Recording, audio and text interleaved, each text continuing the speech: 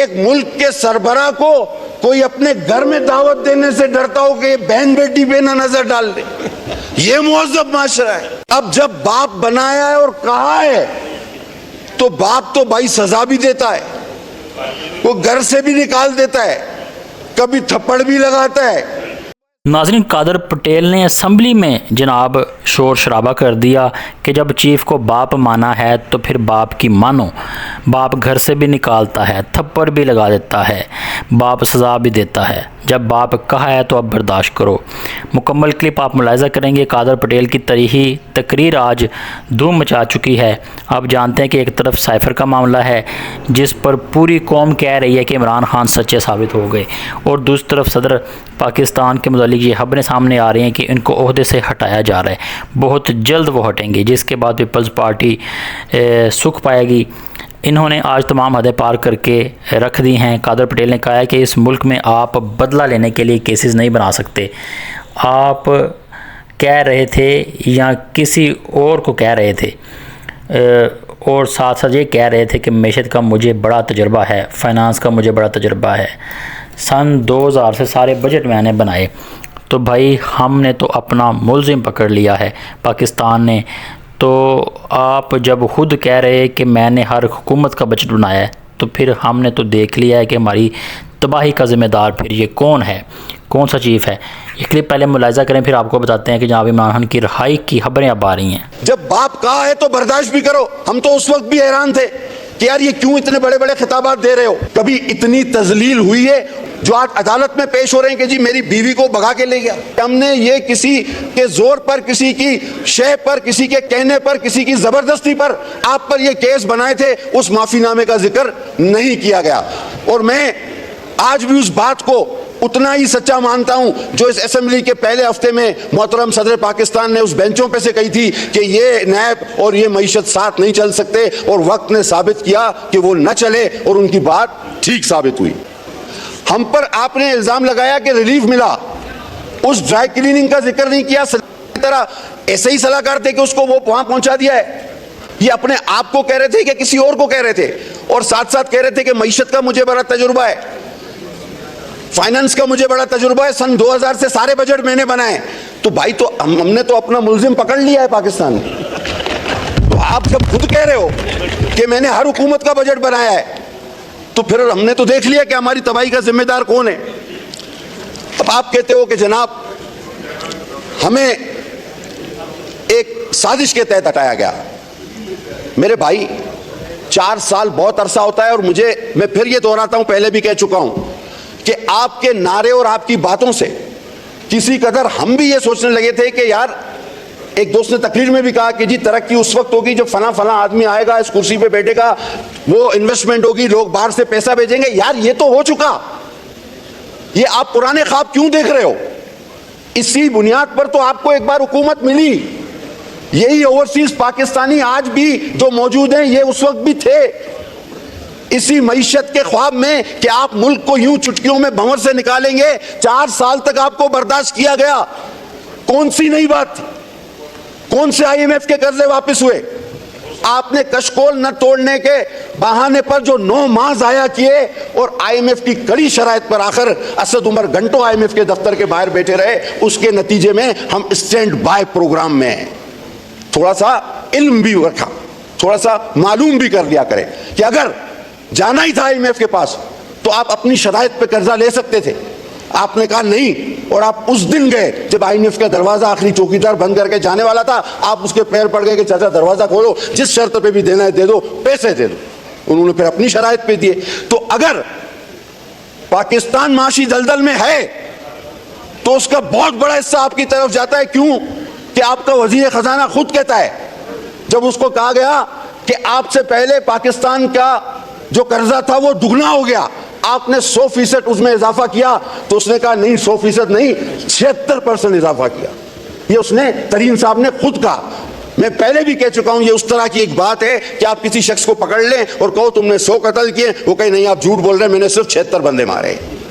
ये कोई इनको जुर्म नहीं रखता कि 76% जो है वो सिर्फ इनके, आप जो नए लोग हैं उनके इल्म के लिए भी ये बात है कि आप खुदा के लिए ये सोचे कि सिर्फ पाकिस्तान का 76% कर्जा आपके इन 4 सालों में बढ़ा है।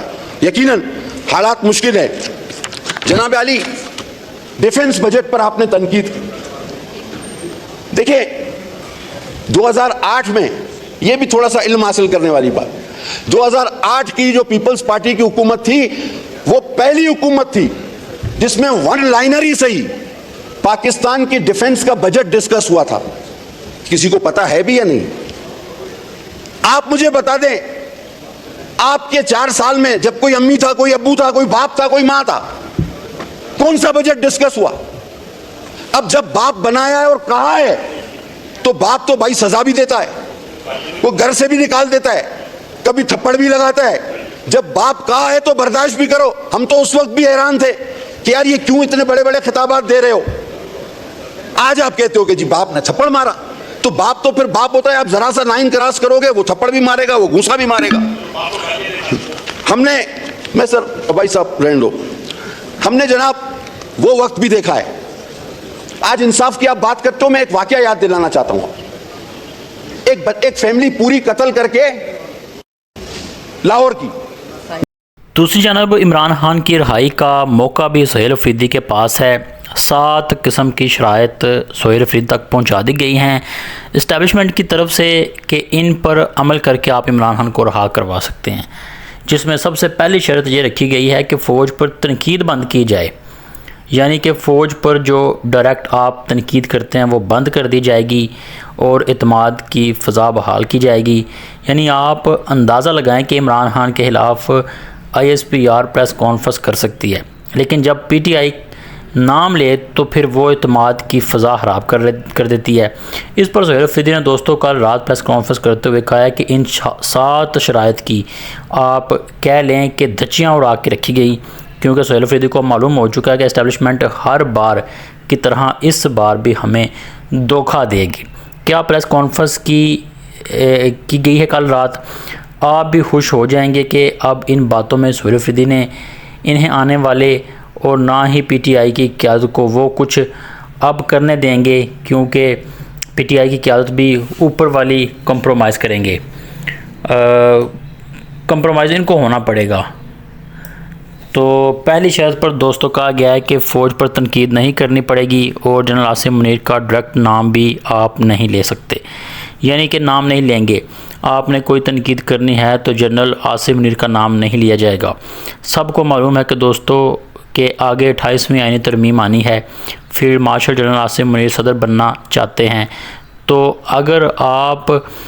अगर तनकीद की गई तो मुश्किल हो जाएगी इनके लिए, फील्ड मार्शल के लिए, वो मुल्क के सदर बनने में इनको रुकावटें आएंगी। इसलिए PTI को साथ मिलाकर अपनी इमेज बेहतर करने की तरफ ये पहला कदम है सियासत में। सोशल मीडिया पर इस पर काफ़ी तनकीद भी हो रही है कि PTI को अब किसी भी हालात में इन बातों में नहीं आना। अगर इस दफ़ा PTI आ गई तो फिर आप कह लें कि सालों तक फिर आप कंप्रोमाइज़ ही रहेंगे। दूसरी शर्त है वो दोस्तों कहा गया है कि सोहेल अफरीदी और इमरान खान की फ़ैमिली को इस्लामाबाद आने की इजाज़त होगी, लेकिन वो ख़ास मकामात की तरफ नहीं जाएंगे।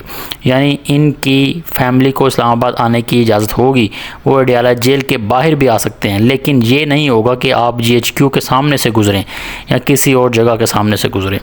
ये चीज़ नहीं होगी कि आप वर्कर को लेकर आकर फ़ौजी तनसीबात के सामने से गुज़रें कि कोशिश करें या गुज़रें, क्योंकि जब सोहेल अफरीदी इस्लामाबाद आए थे तो वो वही रोड पर अपनाने की कोशिश कर रहे थे जहां पर GHQ आता है। इसलिए रोका गया था कि आप GHQ के रास्ते से नहीं जा सकते। तीसरी शर्त दोस्तों ये रखी गई है कि रहनुमाओं को रोका गया है कि वो दहशत गर्दी और कौमी सलामती के अमूर पर बयानियाँ नहीं देंगे। यानी कि जो दहशत गर्द के मामलात हैं, जो खैबर पख्तूनख्वा में धमाके हो रहे हैं, ड्रोन हमले हो रहे हैं, इन पर PTI कोई प्रेस कॉन्फ्रेंस नहीं करेगी। PTI के रहनुमा कोई बयान नहीं देंगे। आप फ़ौज पर छोड़ दें, पुलिस पर छोड़ दें, दहशत गर्दी का मामला वो देखेंगे, आपने इस पर बात नहीं करनी। यानी आप अंदाज़ा लगाएं कि इनको मना किया जा रहा है कि आलमी सतह पर भी दहशत गर्दों को फ़ौज ही देखेगी, लेकिन इसमें बेगुनाह भी मरते जा रहे हैं, इस पर कोई सवाल नहीं होगा। नंबर 4 जो शर्त रखी गई है वो ये है कि बुशरा बीबी को कमर दर्द की शिकायत है, इन्हें अस्पताल मुंतकिल किया जा सकता है, लेकिन PTI इसे सियासी रंग न दे, यानी कि बुशरा बीबी को खामोशी से अस्पताल मुंतकिल कर दिया जाए, लेकिन PTI इस पर शोर शराबा नहीं करेगी।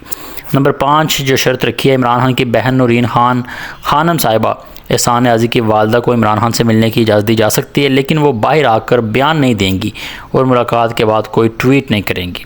वो अपनी बहनों से जो डिस्कशन करनी है कर लें, लेकिन वो ट्वीट भी नहीं करेंगी। इमरान खान का पैगाम भी किसी को नहीं पहुंचाएंगी। नंबर 5 बुशरा बीबी की बेटियों की मुलाकात इनसे करवा दी जाएगी, लेकिन वो बाहर आकर कोई बयान नहीं देंगी और बुशरा बीबी की बहन मरियम भट्ट से मुलाकात डिस्कस नहीं करेंगी। तो ये सारे मामलात हैं जो रखे गए हैं, इन पर मानना पड़ेगा तो इमरान खान की रिहाई कन्फर्म है।